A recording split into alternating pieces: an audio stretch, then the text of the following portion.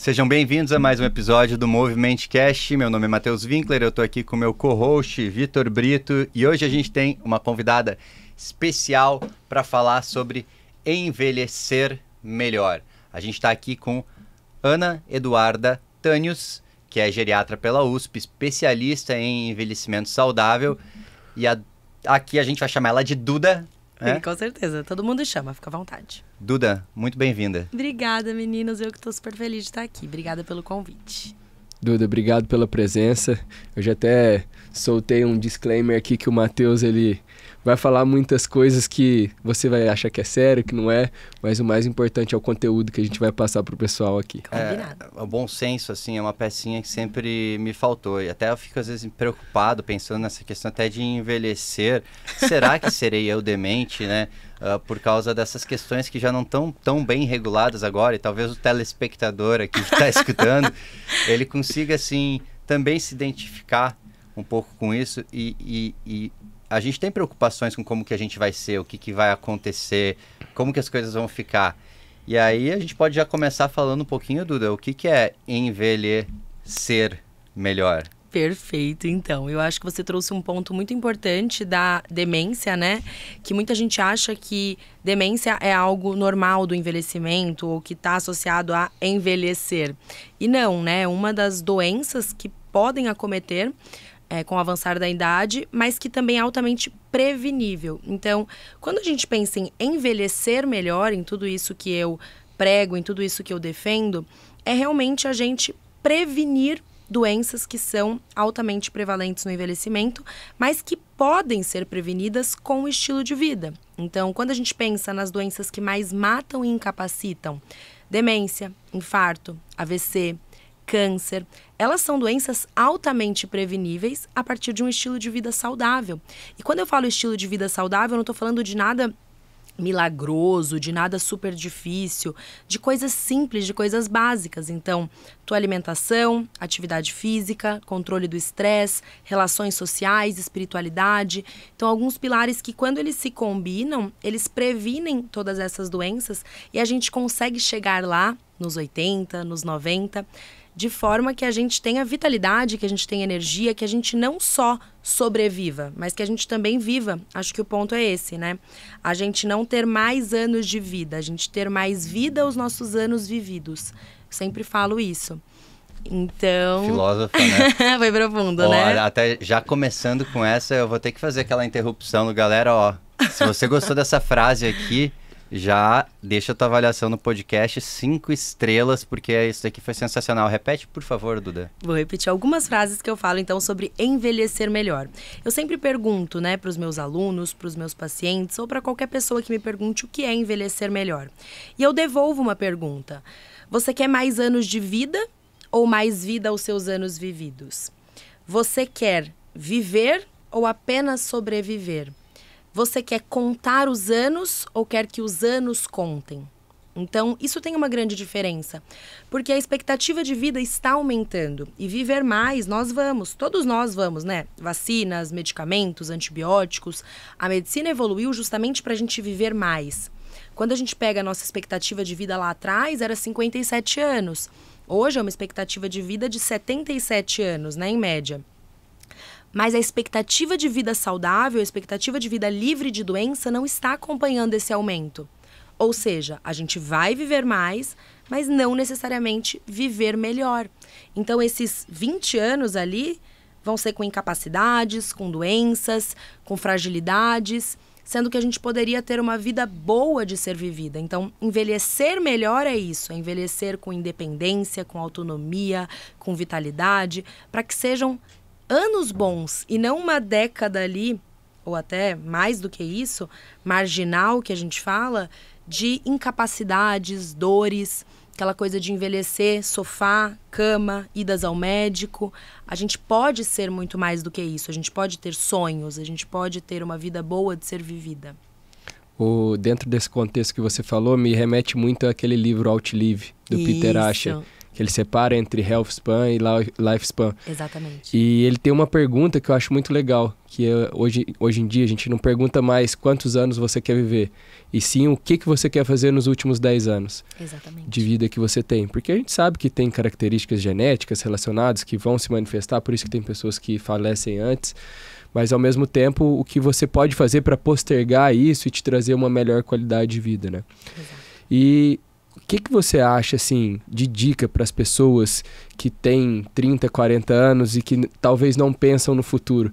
Você acha que tem uma interferência? O que modifica a partir dos 40, 50 anos que a gente precisa talvez recuperar? Até mesmo você comentou fora do ar aqui, falando que as pessoas, elas, depois que começam a cometer uma determinada doença, como a sarcopenia, a redução da massa muscular, não só a massa muscular em si, a força, a potência, enfim, mas que seria um tratamento, e sim a prevenção. A gente tem que pensar no futuro, a gente tem que pensar já na massa muscular com 30 anos? Com certeza. Então, antes até de falar isso, eu queria trazer a questão da genética que você trouxe, Vitor, que é muito importante. A gente maximiza muito o poder da genética. É claro que grandes longevos, então pessoas que chegam aos 100, os centenários, 100 mais, eles têm um componente genético, né? A gente já sabe isso. Mas a genética em si, ela não tem um papel assim tão importante nas doenças como a gente pensa. Então, eu gosto sempre de falar demência, que é um problema hoje que cresce cada vez mais e que tem uma perspectiva de aumento absurdo. A nossa previsão é crescer 206% até 2050 dos casos de demência. Então, aumentar demais no Brasil. 50% seriam prevenidas com estilo de vida. Então, veja que o poder da genética não é assim tão importante. Ou só para te interromper, mas essas aí que seriam interrompidas seria um tipo de demência por qual causa principal? Fica tranquilo, Matheus. Spoiler. Não, na verdade, a gente fala muito de Alzheimer, né? Que é a principal doença vascular também, que está muito associada a estilo de vida, e a demência mista, que é Alzheimer mais vascular. Então, 50% aí poderia ser prevenido com estilo de vida. Quando a gente olha para doenças cardiovasculares, que são as que mais matam, né? Infarto, AVC, 80% dos casos de infarto poderiam ser evitados com estilo de vida. 93% dos casos de diabetes poderiam ser evitados com estilo de vida. E também a questão de câncer. Tem estudos que mostram que até 70% a 90% poderiam ser evitados com estilo de vida. Então, a genética, ela tem a predisposição, mas eu falo que ela não determina o seu destino. Você tem uma predisposição, você pode muitas vezes ativar ou não esses genes para a doença, e isso é muito do teu estilo de vida. E isso poderia ser chamado de epigenética. Epigenética, exatamente. Então, o quanto aquela genética se manifesta a partir do teu ambiente, né? Acho que isso é a grande base que a gente tem hoje para olhar para a medicina de estilo de vida, para envelhecer saudável. E você me perguntou sobre a gente se preparar, né? Eu acho que a gente se prepara para tantas coisas, a gente se prepara financeiramente ou não, mas deveria. Então, quando eu envelhecer, eu preciso de uma poupança, eu preciso de um investimento, eu preciso de dinheiro. Mas a gente não fala da poupança de músculo que a gente tem que fazer, da poupança de cérebro que a gente tem que fazer, da poupança social, dos relacionamentos que a gente precisa construir. E isso é construído antes. Então, eu sempre falo, a pessoa que você quer ser aos 80 anos, ela começa agora. A Bílio Diniz tinha uma frase muito boa. Eu comecei com 29 a ser a pessoa dos 80. Eu fiz 80 com 29, alguma coisa assim. Que ele trazia isso. Então, quem eu fui lá atrás vai determinar quem eu tô sendo agora no envelhecimento. Então, a ideia é que a gente comece a prevenir isso quanto antes. Com 30 anos, a gente tem o pico de todas as nossas funções. Massa muscular, massa óssea, cerebral, a gente tá no pico. Dos 30 para baixo, é só ladeira abaixo. Já tá caindo aí, velho. Já tá faz um tempinho já. Já tá com 2 aninhos de queda, hein? Então, a partir dos 30 tudo começa a cair. Massa muscular, massa óssea, cognição. E aí, essa queda, ela vai sendo mais acelerada ou menos acelerada, dependendo do nosso estilo de vida. Então, olhando para músculo, que é uma coisa super importante na medicina do esporte, na saúde em geral, músculo é independência e autonomia. É músculo que faz um idoso levantar da cadeira, tomar banho, fazer suas próprias compras, morar sozinho. Então, com 40, a queda é muito maior. Com 60 muito maior, com 80 muito maior, no que a gente chama de sarcopenia. Mas se você começa lá com 40, onde essa queda se acelera muito, a consumir proteína, ter treino de fortalecimento muscular, ter boas noites de sono, você vai fazendo uma poupancinha e você vai perdendo aos poucos. Você chega lá com uma poupança de músculo. Você chega lá com uma poupança de cérebro. Então, por mais que o envelhecimento gere perdas, você tem uma sobrinha, você tem uma gordurinha ali, que não é gordura, né? Mas uma lenha para queimar, que eu costumo falar, para se prevenir para internações, para infecções, para intercorrências. Então, a ideia é que a pessoa comece a se cuidar o quanto antes para ter o envelhecimento que ela deseja. Tem um documento bem legal de envelhecimento ativo, com certeza tu conhece ele, mas falando mais para quem não conhece, da Organização Mundial da Saúde, sim, que nesse documento eles pegam um gráfico que vem de algum determinado estudo que bota momentos da vida para intervir com mudanças, e aí tem uma linha que vai se cruzando, assim, vai mostrando os momentos da vida no eixo X, e aí no eixo Y o grau de função. E aí tem um ponto que é o grau que você deixa de ser funcional, você deixa de ter funcionalidade. E aí ele coloca que quanto mais cedo nesse eixo X tu começar ações preventivas, menor será o seu declínio. E aí projeta diferentes curvas. Só que eu acho interessante que ele põe assim que intervir em todas as fases é essencial. E se você não der continuidade para uma intervenção que você fez precoce, o impacto dela reduz. Mas mesmo assim, quem teve um bom investimento nessa primeira fase ainda é a fase de maior retorno. E aí o grupo que menos cai é aquele que mantém isso a longo prazo. E o recado que fica, assim, eu lendo isso, eu pensei, cara, nunca... Tipo, pra quem tá ouvindo aí tem 30 e poucos, cara, é hora. Pra quem tem 29, é hora. E se você tem 50, é hora. Uhum. Então, nunca deixa de ser. Só Sim. que quanto antes você puder fazer isso, melhor. Sim. O envelhecimento, ele começa quando a gente nasce, né? É uma forma meio exagerada de falar, mas é. Então, a gente começa a perder as nossas funções a partir do momento que a gente vai crescendo. Claro que isso se intensifica bastante depois dos 30, depois dos 40 anos. Mas quanto antes, melhor. Não é tarde. Mas é que às vezes você vai entrar num lugar de reabilitação e não de prevenção. Então, aquele idoso que já tem muitas doenças, que já cai, que já está muito fraco, você entra num lugar de reabilitá-lo, de dar mais qualidade de vida, mas não necessariamente de prevenir algumas condições. E eu gosto sempre de olhar para o envelhecimento de uma forma muito heterogênea e a idade cronológica e biológica. Isso é muito importante. Então, vamos supor, os dois têm 80 anos. Matheus tem 80 anos, Vitor tem 80 anos. Ambos. Então, eles têm a mesma idade cronológica, a idade do RG, em número. Mas o Matheus mora sozinho. Desculpa, Vitor. Você vai ser o idoso frágil. Mora sozinho, faz suas próprias compras, viaja, cuida dos netos, bebe seu vinho, vai para bons restaurantes, tem uma vida boa de ser vivida. A hora que você vê, ele tá subindo, descendo escada, pegando as coisas, agachando no chão, botando o neto no colo. Tá preocupado com o casamento da filha, que ele vai entrar todo pimpão. Recém aí no CrossFit. Tá? Isso, maravilhoso. É o vô do CrossFit.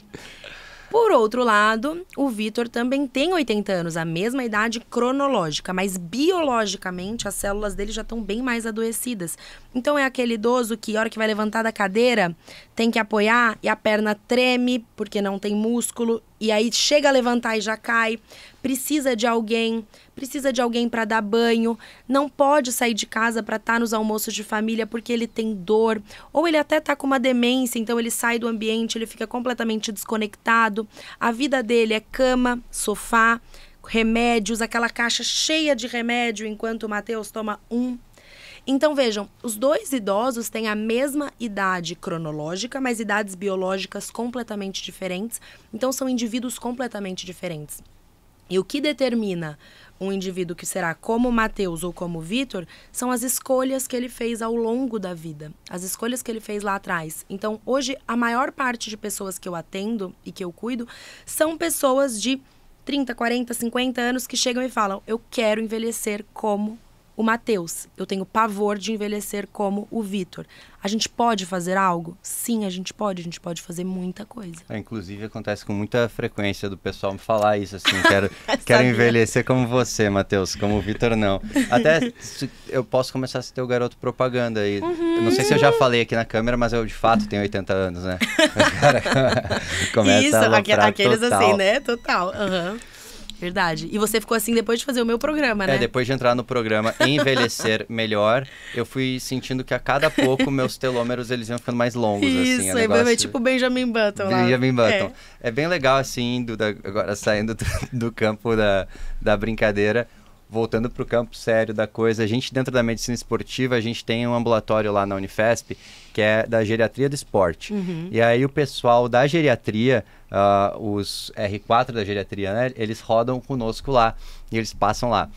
E eles ficam impressionados. Por quê? Porque quem a gente atende lá é o público idoso que faz atividade física. E aí tem pessoas em diferentes níveis de atividade. É o ambulatório do Dr. Carlos André, que é um cara sensacional. Que veio aqui, tem um episódio com ele. Tem um episódio com ele. Um abraço pra você. Bem legal, se estiver escutando, abração. Ele falou do Tibete, quando ele foi pra lá. Cara, muito legal. E aí, nesse ambulatório, tem junto uma parceira que é a Gi, que ela dá treino pra galera, pra esse pessoal. Mas tem quem tá começando no ambulatório, começando a treinar, que já tem uma certa funcionalidade e independência, está lá. E tem aqueles que eles sempre fizeram alguma coisa a vida inteira. Sim. E aqui não tô falando de, tipo, uma prática esportiva estruturada. Não, é alguma coisa a vida inteira. Então, é o cara ali que tem 80 anos, ele chega benzaço, conversa com a gente, cumprimenta, senta.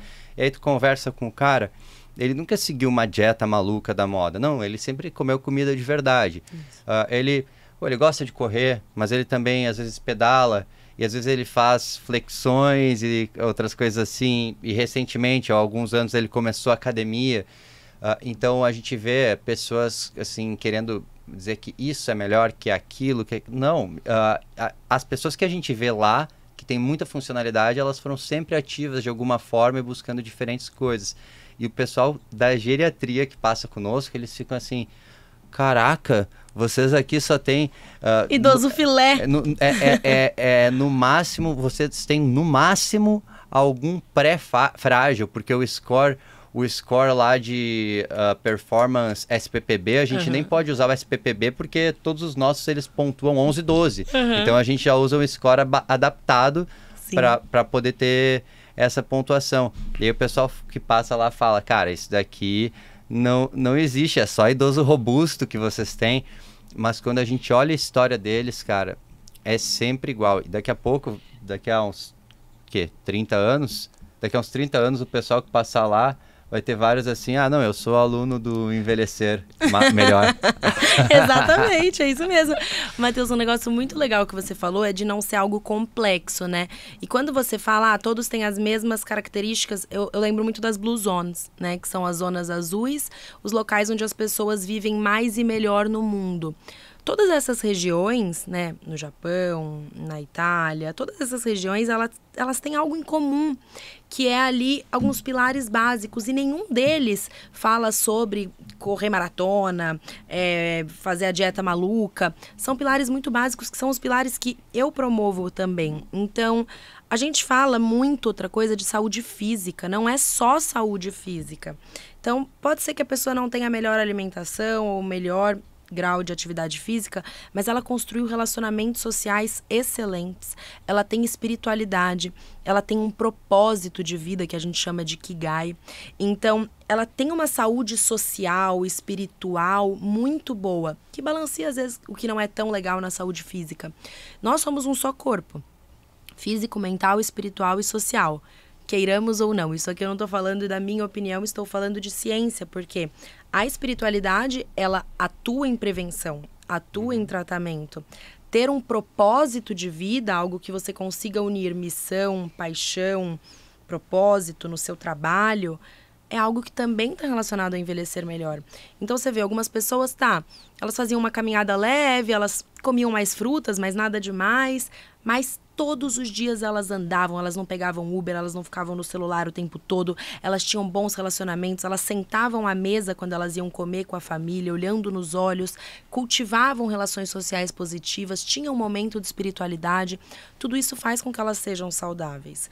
Então, é não olhar só para a saúde física, para a saúde dessa forma global e entender o poder de pequenas mudanças, só que feitas constantemente, gerando grandes resultados. Isso é o que eu sempre falo.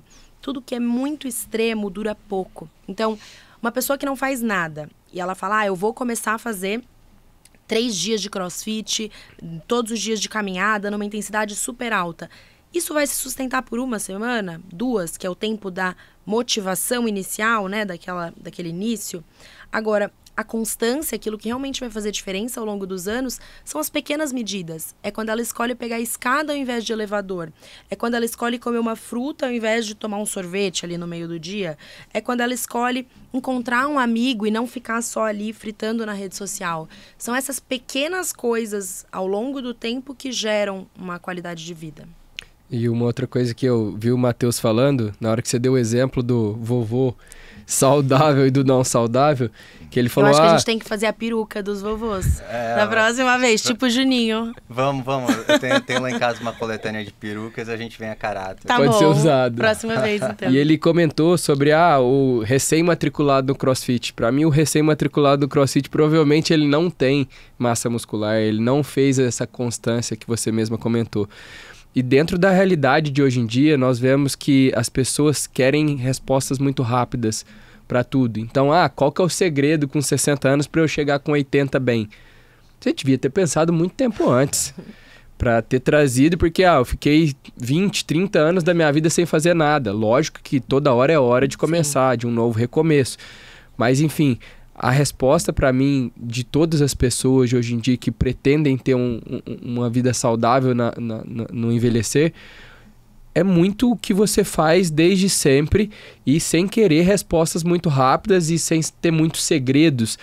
Me fala aí o que você está fazendo, você está usando anabolizante, você está... Qual a diquinha? É sempre querendo uma dica. Uhum. E você trazer essas questões de tipo, não, é constância mesmo, é todos os dias estar lá, independente se eu gosto, se eu não gosto, eu tô lá fazendo. Lógico que eu prefiro tomar um sorvete em vez de comer uma fruta, mas ao mesmo tempo eu entendo que isso no futuro vai me gerar muitas coisas positivas. Sim. E não só no futuro, tá, Vitor? É porque, assim, o ser humano, ele é um ser do imediatismo. Então, acho que também a gente trazer essa perspectiva do envelhecimento como algo muito distante. Eu vou prevenir infarto e AVC em 10 anos. Eu vou prevenir o câncer que talvez você nem tenha.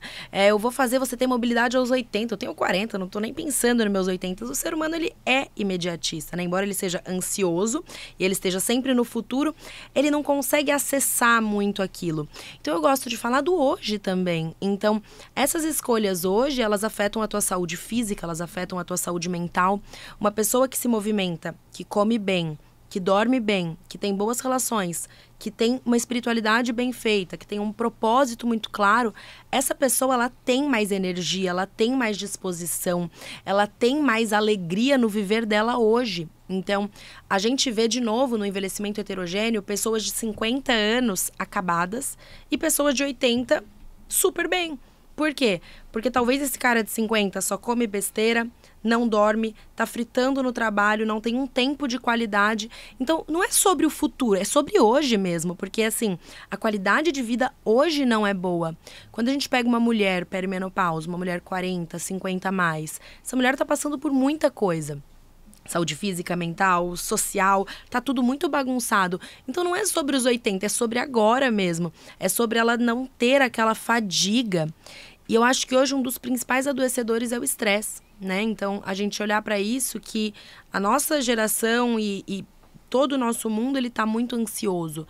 Então eu falo, não é normal você chegar no final do dia como se você tivesse carpido um lote, né? Como se você tivesse corrido uma maratona, sendo que você ficou sentado. Esse cansaço, ele não é físico, ele é mental.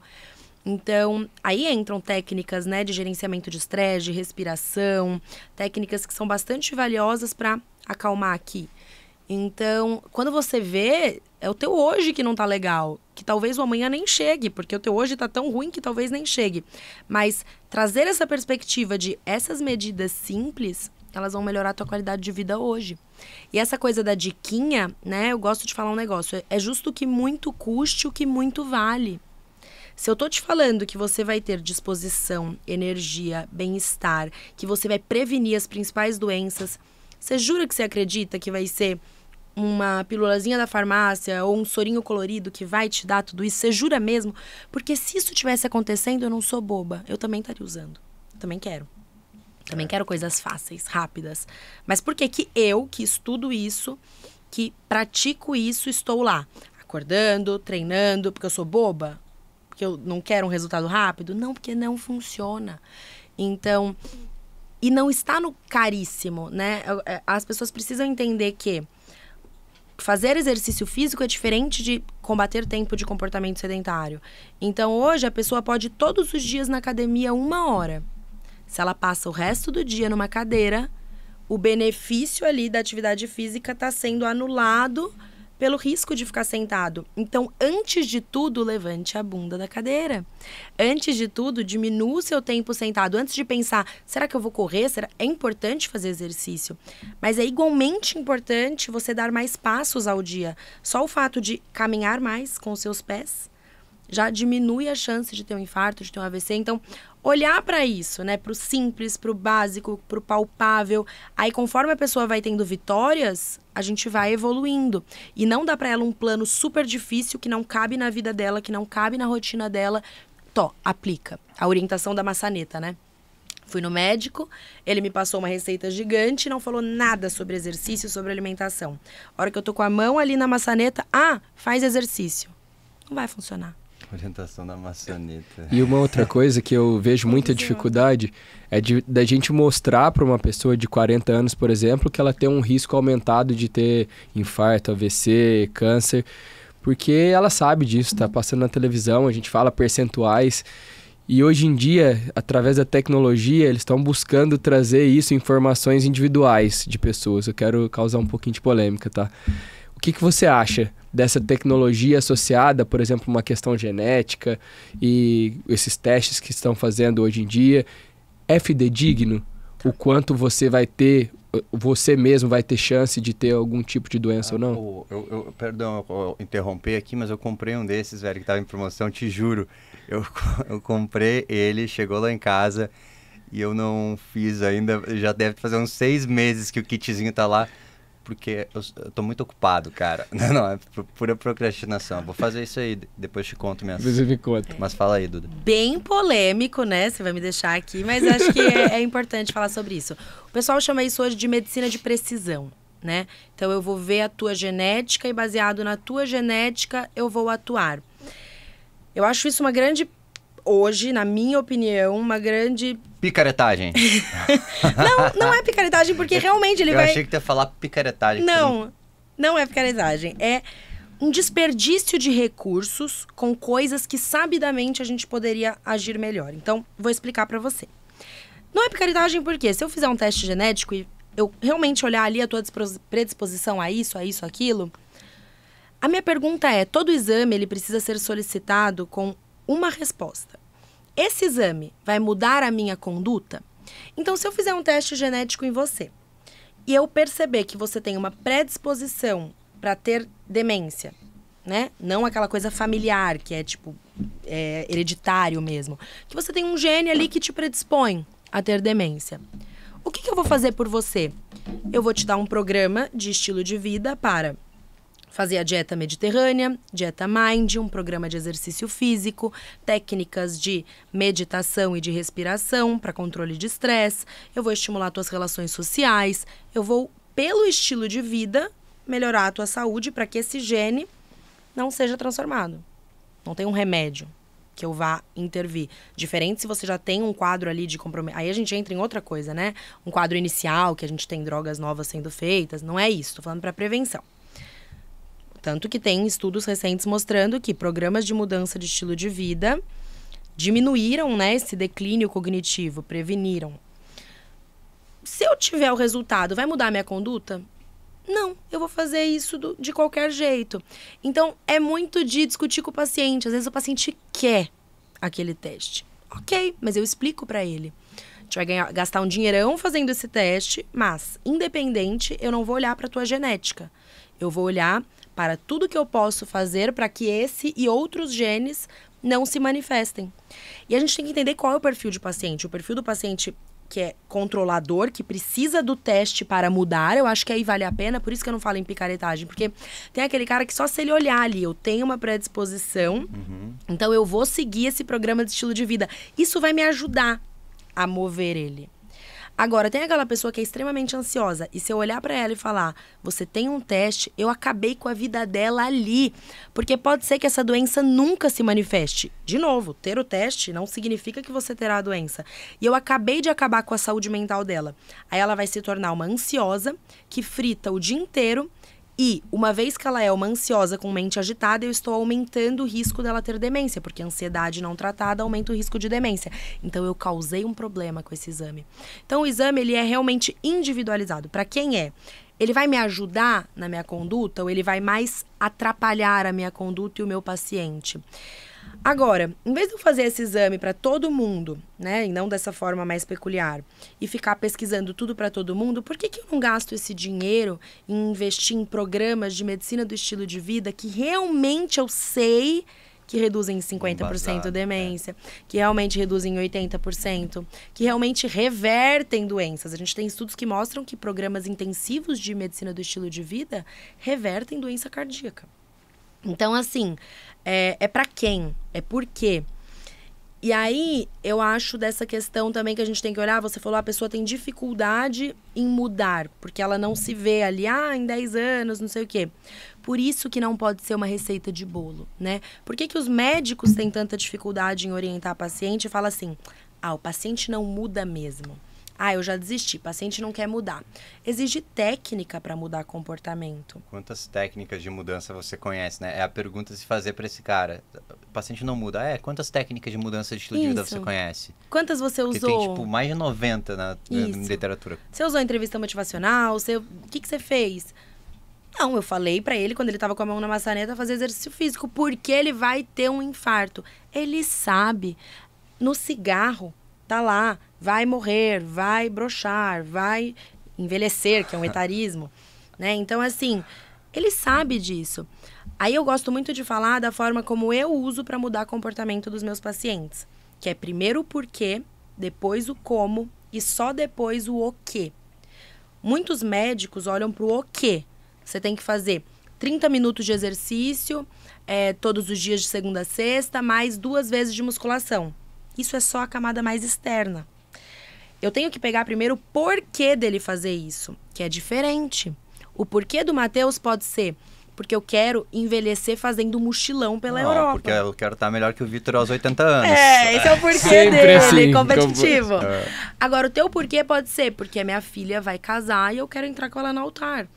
O porquê do outro pode ser, eu tenho pavor de ter demência porque minha mãe teve. Então, eu vou entender aquela pessoa e falar, baseado no teu porquê, por que nós vamos mudar? Isso é o que vai nortear. É o tal do propósito, né? Do porquê. Começar pelo porquê. Depois a gente vai pro como. A gente tem que estabelecer um plano viável para que isso aconteça. E não é assim, coma melhor. Não. Eu vou fazer uma mudança de alimentação, começando por aumentar o meu nível de proteína. E aí eu vou comer proteína nas 3 principais refeições. Nesta semana vai ser essa pequena medida que eu vou fazer. Só depois é o quê? Eu vou comer ovo de manhã. Eu vou comer frango no almoço. Eu vou comer ovo no almoço. Duda, mas e os ultraprocessados? E o açúcar? E a atividade física? Você só falou de proteína? Calma. Mudança de comportamento comece uma coisa pequena, tenha resultado, comemore a sua vitória, progrida aos poucos. Por isso que os meus pacientes mudam. Porque tem um porquê, um como, o quê pequenas metas ao longo do tempo, gerando grandes resultados. Por que a pessoa não muda? Porque ela entrou no médico ansiosa, o médico não percebeu que ela tá ansiosa, que o problema maior é a ansiedade. E ele já falou assim, ó, você precisa fazer exercício, controlar esse estresse. Como controlar o estresse? Tô ficando estressada com você falando comigo. Exercício, controlar estresse, fazer respiração, fazer terapia. Como terapia? Não tô nem ouvindo o que você tá falando, não vou nem ouvir a terapeuta. Então, calma, trata a ansiedade dessa pessoa. Depois, introduz uma atividade leve para ela se sentir bem. Depois, muda a alimentação. Acho que é muito esse olhar do aos poucos. Às vezes eu acho que a solução ela não está no nível do problema. Eu acho que a maior parte das vezes a solução não está no nível do problema. Sim. E a mente do problema não é a mente que vai achar a solução. Porque às vezes a gente só vai botando um band-aid ali porque a gente não consegue. Por isso que é tão importante ter uma pessoa para te olhar de fora e dar essa análise. Quando tu perguntou disso do teste, eu falei brincando que tu ia falar picaretagem. Eu próprio falei para vocês aqui, comprei o teste para mim. Por quê? Porque eu estava curioso para saber algumas coisas quanto à ancestralidade, outras coisas que ele diz, onde que vem, curiosidades minhas. Mas 100% tranquilo de saber que assim, que menos de 5% do que eu tenho de material genético é de fato que está sendo expressado. O resto é cromatina enrolada numas bolinhas de estona. Então aquilo ali nunca, não vai ser visto. Todo mundo tem muito gene que está ali. Sim. E aí, claro, dependendo da mudança que você tiver na vida ou de um azar, de uma loteria ali na hora que se abre uma transcrição, você pode ter uma expressão de algo diferente. Só que eu acho que dentro disso, tu trouxe muito bem o ponto de quando usar e por que usar e como não deixar isso causar uma ansiedade no paciente. Sim. Porque eu consigo ver pessoas que vão ver ali, você tem uma predisposição a tal doença. Cara, daqui a pouco, de todos os genes que a gente tem mapeados, a gente tem todo o projeto Genoma com mapeamento de genes, mas é muito mais complexa a interferência entre os genes, o que é uma combinação para que algo aconteça ou não, é tipo muito reducionista tu pegar isso. E aí tu falar para uma pessoa que tem uma ansiedade, que daqui a pouco algo que nunca vai acontecer, tu tem uma propensão a isso. Tá, e qual que é essa propensão? E quais todos os outros genes envolvidos que reprimem esse gene que eu tenho e que tem dominância em relação a ele? Tipo, não, a gente não sabe, irmão, não tem como. Então, quando tu olha um negócio assim, eu vejo um problema, porque eu já vi, e acho que a picaretagem ou não tá no discurso da pessoa. Porque eu já vi médicos falarem que você tem que fazer tal coisa para... E aí eles baseiam toda a sua lógica de venda de outras coisas em cima do resultado de algo, quando é justamente o que tu falou. Não, eu tenho que usar os recursos do paciente da melhor forma. E eu posso, através da minha anamnese, já chegar à conclusão de quais são as coisas importantes para ele. Independente do resultado, os pilares que tu está falando, eles vão ser os mesmos. Então, assim, se o paciente tem uma curiosidade, ele quer saber, ele quer fazer, como é o meu caso, beleza, mas dizer que isso é essencial para a mudança e é com base nisso que eu faço a medicina de ponta, aí eu já tô caindo no golpe, né? E aí isso é muito legal, né? Assim, a picaretagem, ela não fala mentiras, ela distorce verdades.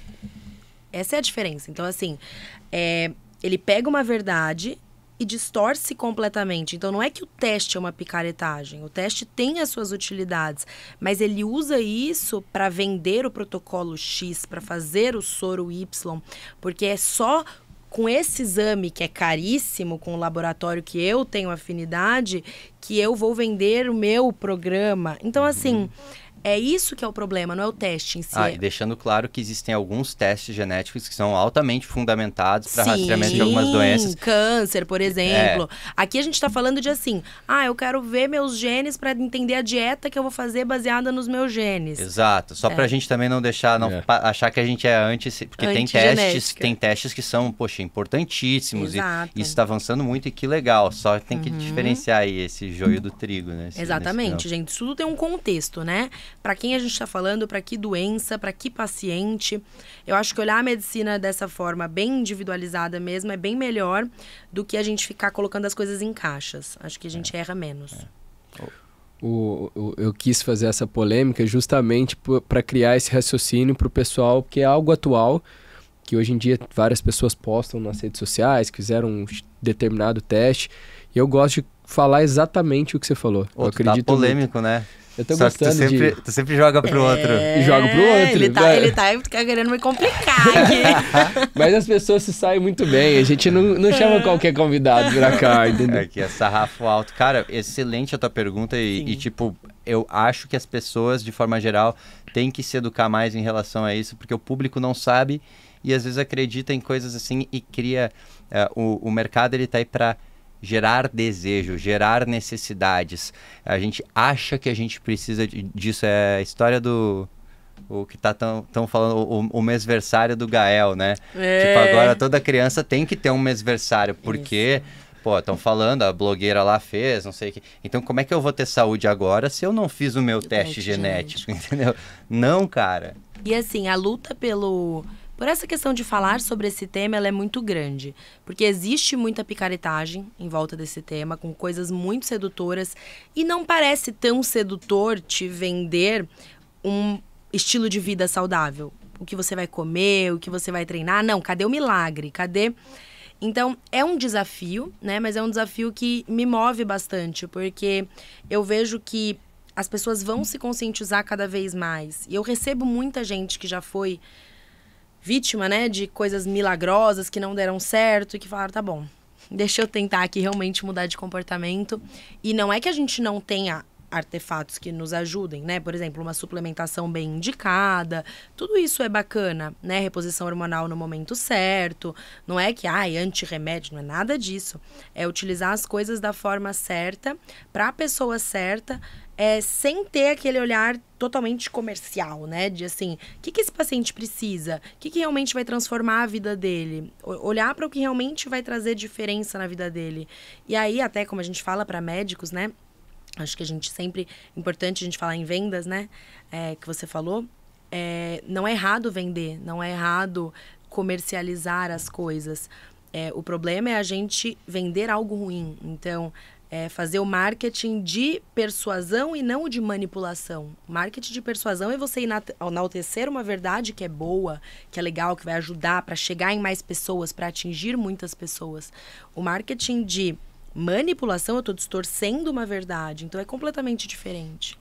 Aquela série do Netflix, é uma série muito boa, até a Andresa Lima, um abraço pra você, beijo. Amiga! Que ela que me indicou essa série, Vinagre de Maçã. Comecei a assistir no final de semana quando a Lu assistiu. Não. Vinagre de Maçã, tá no Netflix. O que é essa série? Assista, não vou dar spoiler, mas é uma pessoa...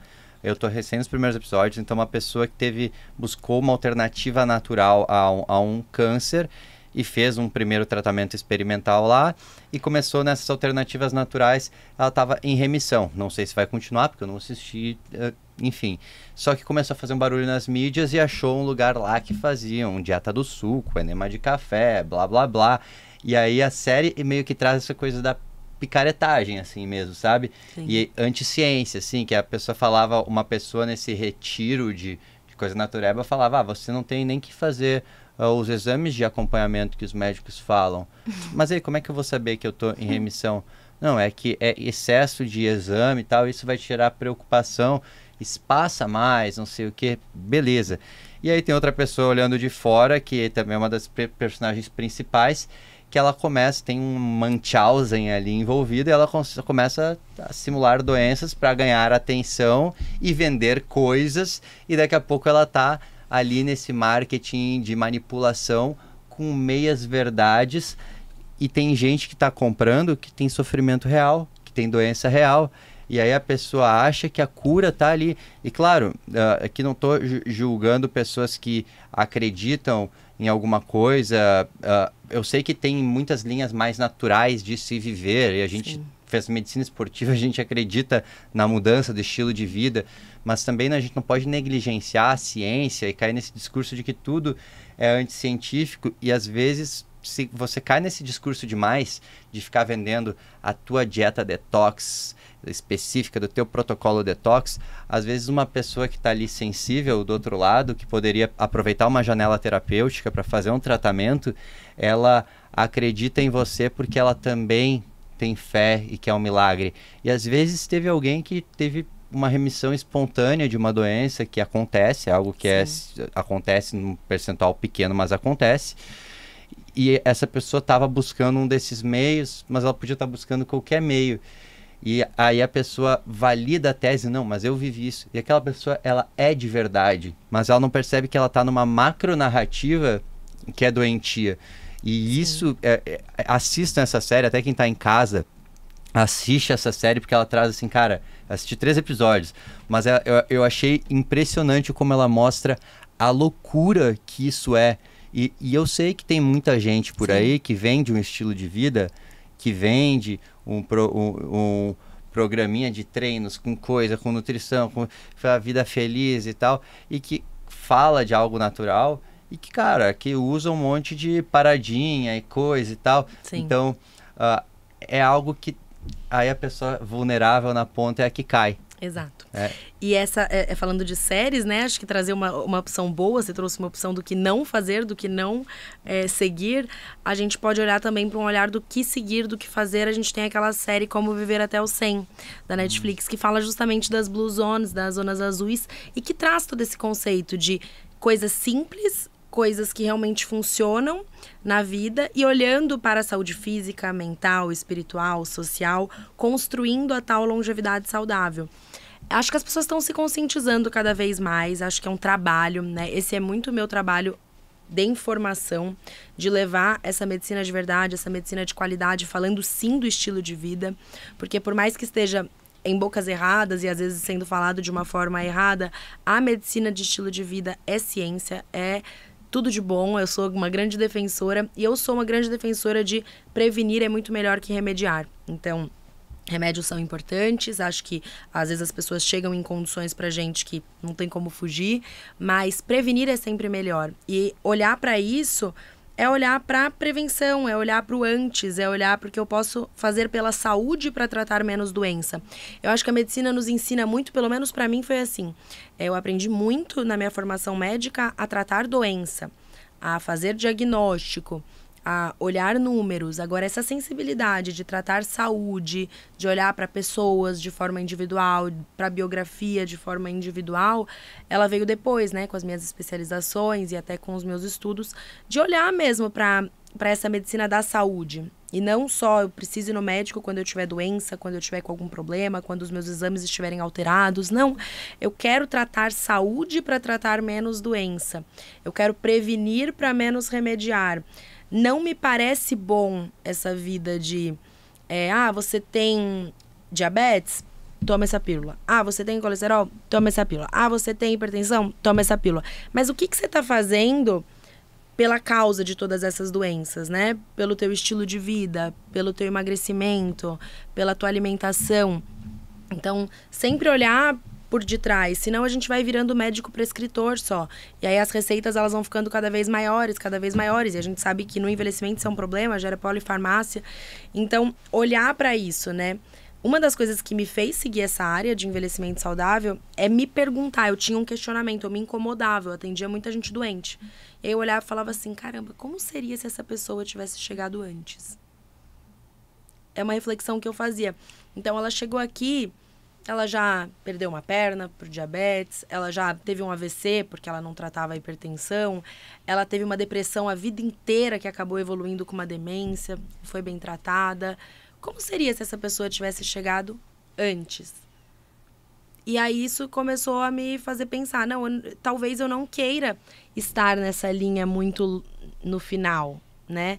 Talvez eu queira estar aqui, onde a minha atuação é justamente melhorar onde vai chegar ali. E foi uma transformação para mim e é uma transformação para mim também, porque eu vivo isso. Eu acho que a gente tem que viver. Vocês vivem provavelmente muito o esporte. Sim, total. Então, eu tento viver e falho muitas vezes e acho que isso é legal. Por isso que eu tenho toda essa conexão com os meus pacientes e alunos. Porque eu também nem sempre consigo fazer o gerenciamento do estresse, eu nem sempre consigo fazer o treino, a gente conversa muito sobre isso, né? De estar na loucura às vezes. Então eu sei quando uma pessoa olha pra mim e fala, essa semana eu não consegui fazer nada. E tá tudo bem, eu também não consegui. Fritar no trabalho, né? Fritar. E eu faço questão de falar isso, porque às vezes as pessoas falam, ai, Duda, como você consegue? Você faz tanta coisa, como que você consegue estar bem? Eu falei, quem disse que eu tô bem? Olha meu olho piscando. Pra mim, eu te juro que tem assim, às vezes, até semana retrasada, um amigo veio conversar e pedir conselhos de coisa e tal, né? Como se eu estivesse nesse pedestal, assim, velho. Sou um ser imperfeito em constante formação. Tipo, não tem noção. A gente tem que equilibrar um monte de coisa e é muito difícil. Eu acho que tanto eu quanto o Vitor, a gente escolheu medicina esportiva por ter essa visão de, cara, eu quero trabalhar também com saúde, e porque ela puxa esses pilares. Só que é até legal que a gente tem momentos que a gente falha, e momentos que são mais difíceis, porque esses momentos nos tornam mais humanos de entender melhor o outro. Porque eu já fui mais robô de fazer e ser mais regrado, quando a vida tinha menos complexidade. Só que sempre vem algum desafio da vida, sempre vem alguma coisa, e aí te põe numa situação que, tipo assim, humilde, né? Humildade vem vem do chão, assim, vem de se voltar ao chão, botar os pés no chão e voltar à terra. E, tipo, cara, pera, tem dificuldade, tem problema, eu não posso só falar que é só querer, que é só fazer. E aí você entende melhor a dor do outro, ajuda ele a fazer. Até tu falando, um tema que veio que eu queria te perguntar, tu falou de técnicas de respiração. Para mim isso é algo, eu acho, de muito interesse, porque já me ajudou em vários momentos da vida, em momentos que eu tive crises de ansiedade, assim, foi algo que me ajudou bastante a controlar. O que tu passa para as pessoas e recomenda elas fazerem como técnicas de respiração para utilizar no dia a dia? Eu sei que é uma palhinha talvez de coisas que tu traz dentro do programa do Envelhecer Melhor, mas conta um pouco aí pra gente, um mini spoiler. Combinado, eu acho que esse tema é muito importante. Como eu falei, o estresse é um dos maiores adoecedores hoje em dia, né? Então, o estresse, ele é um mecanismo que ele deveria ser protetor. A gente tem 2 sistemas ali no nosso cérebro, o sistema nervoso simpático e parasimpático. O simpático, que é o de luta e fuga, é aquele que libera adrenalina, libera cortisol. A gente tem que ter esse sistema para correr, para lutar, para fugir, quando a gente está em perigo. E o parasimpático é o do relaxamento. Qual que é o problema? Esse sistema, o simpático, o do lutar, o fugir, ele só deveria estar ativado em situações de perigo, que o nosso cérebro precisa olhar e falar, tô em perigo, vou lutar. Se eu tô no escuro e vem alguém me assaltar, se eu tô na floresta e vem um urso me comer. Então, coisas até pré-históricas, né, que a gente tem. Agora, isso deixou de ser um mecanismo de defesa e passou a ser um adoecedor. O nosso sistema simpático, ele está constantemente ativado, constantemente, liberando adrenalina, liberando cortisol, enquanto eu estou sentada, enquanto eu estou trabalhando, enquanto eu estou no trânsito. Eu não estou me protegendo, eu não estou lutando, eu não estou fugindo, eu estou simplesmente vivendo com esse sistema hiperativado. E aí a gente começa a ter uma série de doenças, né? Então, isso é hoje um dos principais problemas. O Brasil é primeiro lugar em ansiedade no mundo. Essa mente agitada, né? Então, essas técnicas de gerenciamento de estresse, e aí entra yoga, meditação, mindfulness, que é uma meditação específica, técnicas de respiração. O que elas fazem? Elas bloqueiam essa hiperativação do simpático e acabam estimulando o parasimpático, que é o do relaxamento. E eu não sou, de longe, uma expert nisso, mas fui muito bem orientada pelo meu professor de residência, que é o Dr. Curiati. Ele é mestre nessa parte de técnicas de respiração, de técnicas de meditação para alívio de estresse, que eu introduzi na minha vida, na dos meus pacientes e dos meus alunos, com um resultado absurdo. Então, eu sempre gosto de ensinar uma bem simples, né? Eu acho que dá pra gente até ensinar vocês e ensinar as pessoas, que ela é super simples. Porque se eu falar pra você meditar 1 hora... Putz, Duda... Não dá, em 1 hora minha cabeça já fritou. Ao vivo ainda assim, vai ficar meio chato pro vai ficar monótono. Pra quem tá escutando do outro lado, né? E não vai rolar, né? Não vai rolar. As pessoas não fazem o que precisa ser feito. Então, eu olhar pra uma pessoa, é aquilo, de novo, se eu quiser ser o médico da orientação de maçaneta, eu posso falar, medita 1 hora. Eu finjo que eu te orientei e você finge que vai fazer e que vai melhorar. Não vai acontecer. Então, o que a gente indica? Uma técnica que é menos de 3 minutos. Qualquer pessoa tem menos de 3 minutos. Se você não tem 3 minutos para respirar, aí o teu problema, assim, de verdade, não tem mais solução. Assim, não dá. Então, como que é um exemplo que a gente poderia fazer? A gente faz uma expiração prolongada. A maioria dessas técnicas, ela tem a expiração muito prolongada para justamente ativar o sistema parasimpático. Então, uma bem simples mesmo, né, da gente fazer para imediatamente, isso é imediato, é quase que tomar um Rivotril. É imediatamente aliviar a ansiedade e estresse. Se você fizer, você imediatamente se sentirá melhor. Você vai respirar 2 vezes pelo nariz, como se fosse fazendo um soquinho na respiração, enche 30, 70, 30. Então, assim, ó. Pra eu encher o ar inteiro. Sem o ombro assim. Aí você tem que dar uma relaxada, fazer. Aí você prende esse ar por um tempo. O máximo que você conseguir. Ficou. Aí você faz um biquinho e pela boca você vai expirar o mais lentamente possível. Não precisa fazer barulho, não. Só pra galera saber o que tá acontecendo, né, cara? Mas, ó, eu tô falando expirando. Então, ó, vou fazer. Ó, isso daqui vai ser o corte que vai ser assim, o Rivotril natural. O Rivotril natural, exato. Então, ó, só pra gente fazer. Então, eu tô aqui.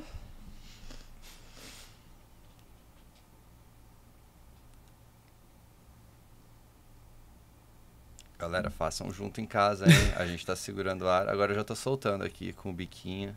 O Vitor tá fazendo um biquinho muito engraçado. Câmera, dá o close nele. Ai, eu não consigo fazer.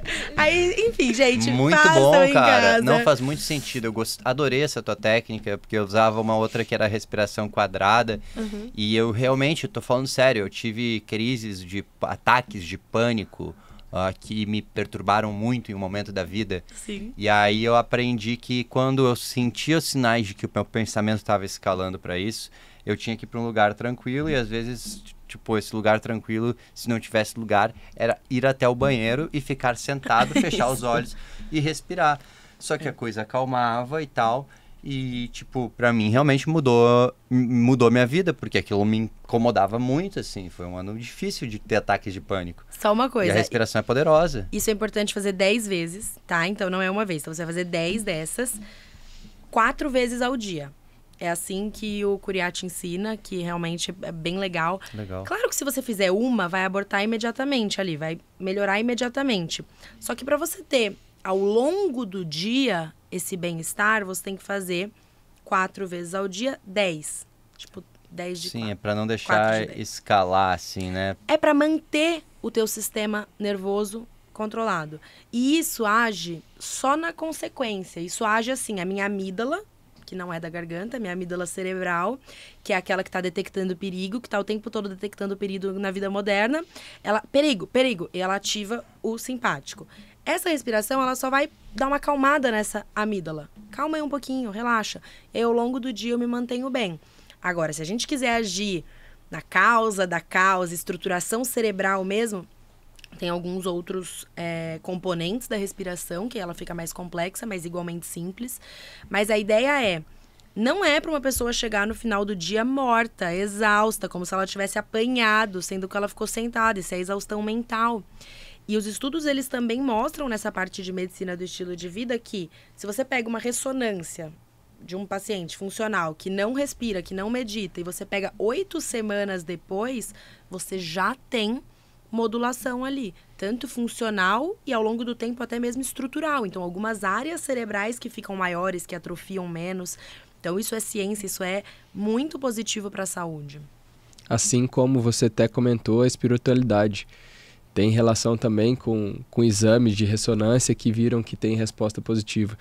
Mais uma vez, querendo trazer a ciência e os exames para algo que a gente já conhece, Sim. que a gente sabe que tem resposta. E ao mesmo tempo eu quero te trazer mais uma polêmica, que a gente sabe que não existe uma pílula mágica, certo? Uhum. Todos nós aqui concordamos que a gente precisa postergar cada dia mais o nosso jeito de viver, a mudança de estilo de vida para a gente conseguir chegar onde a gente quer. Mas ao mesmo tempo, o paciente, se ele não sai prescrito nada do seu consultório, ele sai um pouco insatisfeito. Você normalmente, questão prática mesmo, costuma prescrever suplementos específicos para os seus pacientes idosos? Vamos colocar acima de 50 anos, como você mesma comentou? Tá. Então vamos lá. Primeiro que eu sempre prescrevo. Ele nunca sai sem prescrição. Do mesmo jeito que eu prescrevo um remédio para pressão, eu prescrevo atividade física. Cara, ela é das nossas. Ela é do nosso time, ela gosta. Receituário. Ela sai bem das minhas polêmicas. Caraca. Não. Tu teve social training, como é que é? Media training? Media training, aquele treinamento que a galera faz pra sair de polêmicas e tal. Não, esse é o jeitinho que a vida me deu mesmo. O jeitinho que a vida me ensinou. Isso é um sabonete. Foram os traumas. Lisa! Não, mas assim, eu sempre prescrevo. Então, atividade física é prescrita.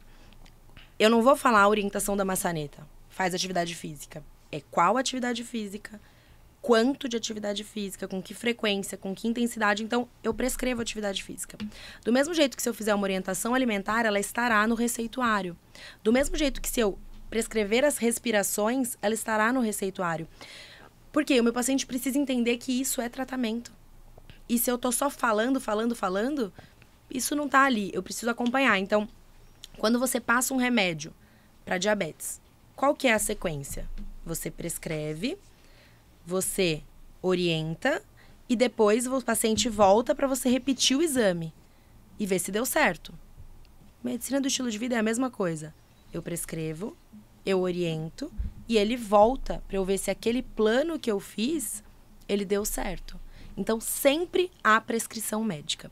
Agora, também há suplementação em casos que são indicados. Então, sim, eu prescrevo, principalmente suplementação proteica, que eu acho muito difícil bater a meta de proteína, né, na vida real. A meta que a gente tem que ter de proteína ali, de pelo menos 1, mas eu falo que 1, pro meu perfil de paciente, 40, 50 é muito pouco, 1 é quase para existir.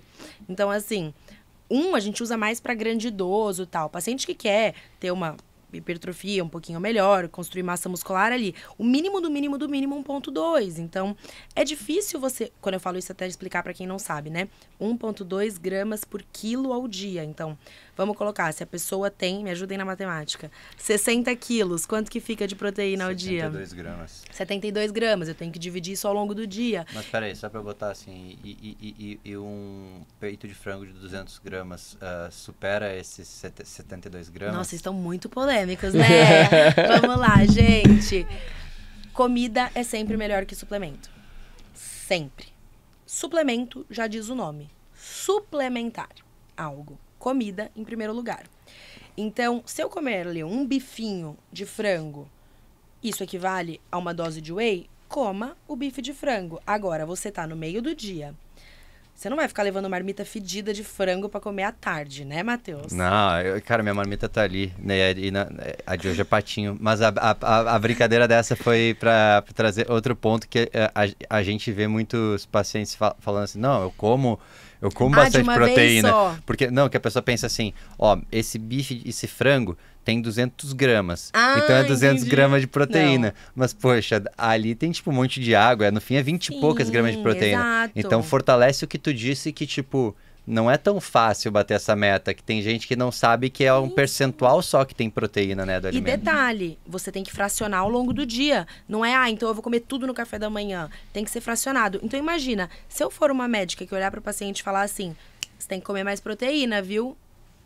Mas como? Quanto? O que é proteína? A gente acha que não, mas essa pergunta, ela tem que ser explicada. As pessoas não sabem em que alimentos tem proteína. Se essa pessoa não come proteína animal, qual opções de proteína vegetal eu tenho? E, de novo, gente, nem sempre o paciente vai ter nutricionista. Orientação alimentar é do médico também. Claro que um plano nutricional da Nutri é essencial, mas você saber orientar o que é proteína, meta de proteína, quanto comer de proteína, isso faz parte de uma consulta. Orientações básicas. Então, você precisa orientar o paciente quanto que ele vai comer de proteína, como ele vai encaixar isso na rotina dele.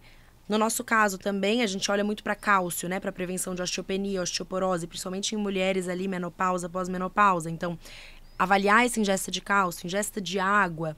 E aí, uma vez que você avaliou a comida, você pode sim prescrever suplementação. Então, suplementação de proteína, creatina, suplementações que são validadas, né, para os pacientes.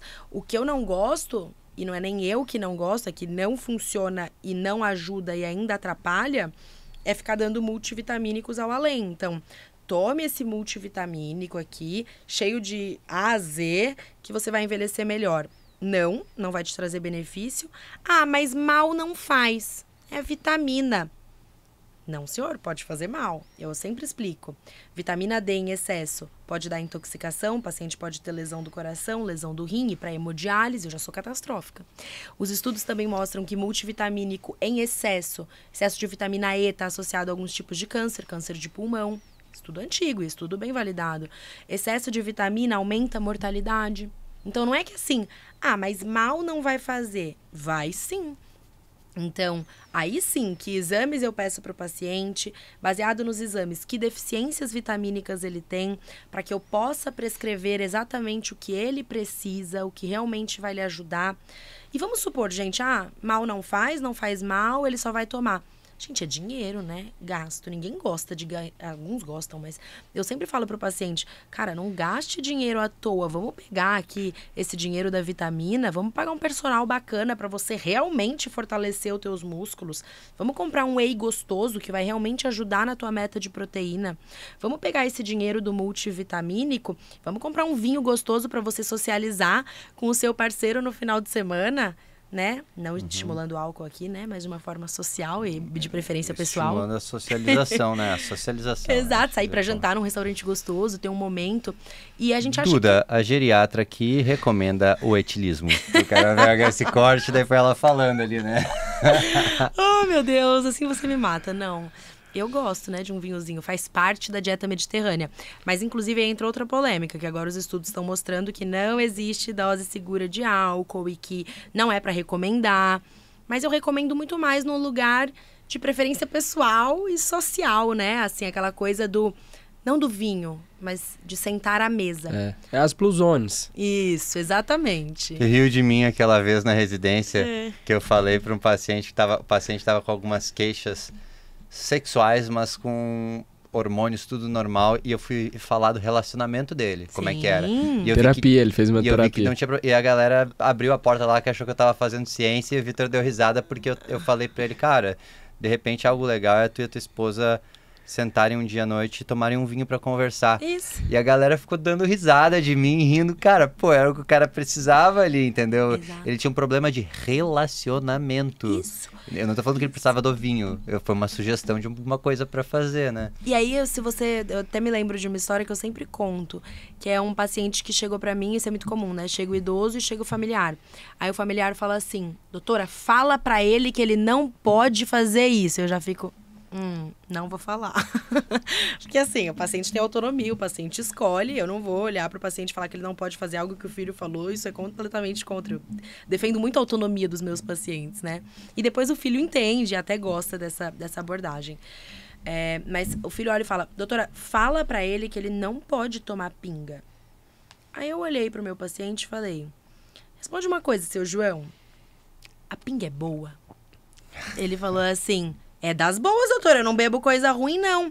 E ele foi me explicar que este é o momento que ele tem com a esposa dele, que é o momento deles, que eles tomam uma pinguinha ali próximo do almoço e eles conversam, é quase que um ritual.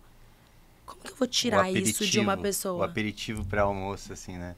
E era uma pessoa, tipo, de 80 anos. Assim, como que eu vou tirar um momento tão importante pra ser tão rígida em algo... Entende? Aí eu tô indo totalmente na saúde física e ignorando a saúde social, a saúde emocional.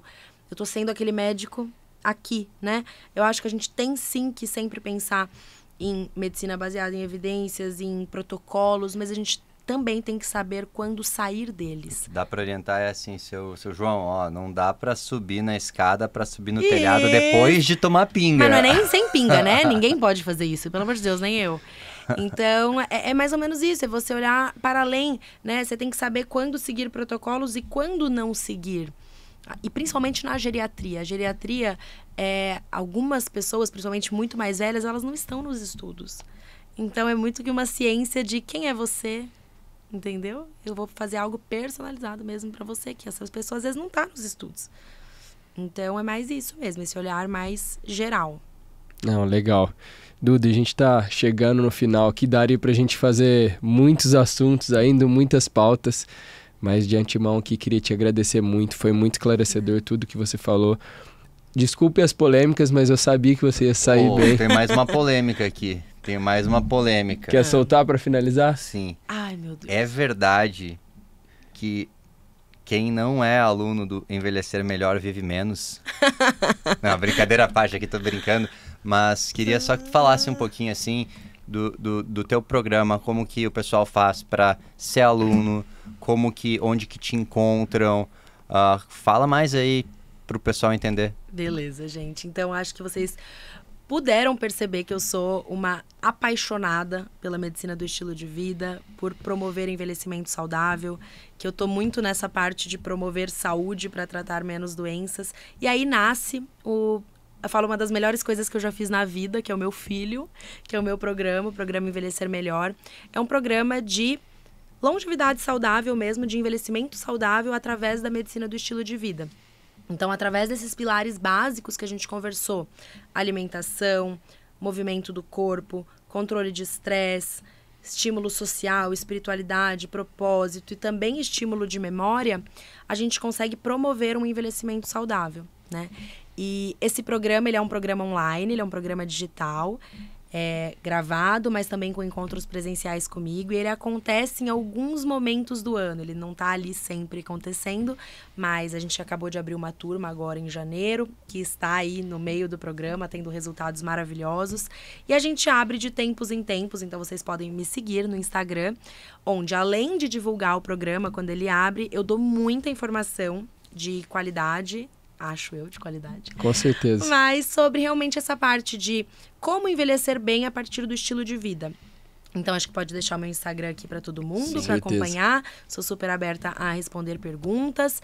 E o meu grande objetivo é esse, é disseminar informação de qualidade e simples para que as pessoas envelheçam bem. E a gente vai deixar aqui o Instagram, mas fala aí como é que é o Instagram. doutora.anaeduardageriatra. doutora.anaeduardageriatra. Legal, fácil de lembrar. Isso. Criadora do programa Envelhecer Melhor, PEN. Acho que é legal falar que esses programas, eles não são algo, meu Deus, a Duda inventou. Esses programas, eles existem no mundo já.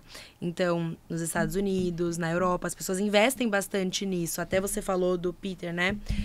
Tem o Dan Ornish, que é o pai da medicina do estilo de vida também, que ele tem um programa muito semelhante, um programa de medicina do estilo de vida, inclusive para reversão de doenças, né? Mas aí é bem mais intensivo, não mais na prevenção. Então, isso já existe e eu adaptei de uma certa forma para trazer aqui para o nosso contexto e não necessariamente viver mais. Então, eu não vou te responder a sua polêmica.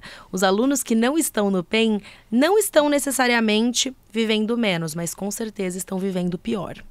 Então, não é sobre viver mais, é sobre viver mais e melhor. É assim, você é um dos apóstolos aí da medicina do estilo de vida, né? A ferramenta tá aí, o negócio tá aí. Exato. Eu acho que quanto mais pessoas estiverem propagando uma mensagem, no final das contas a gente tá junto nessa Movimente Cash. A ideia é movimentar corpos e movimentar mentes, e para isso a gente traz pessoas inteligentes. Baduntz, até uma rimazinha no final.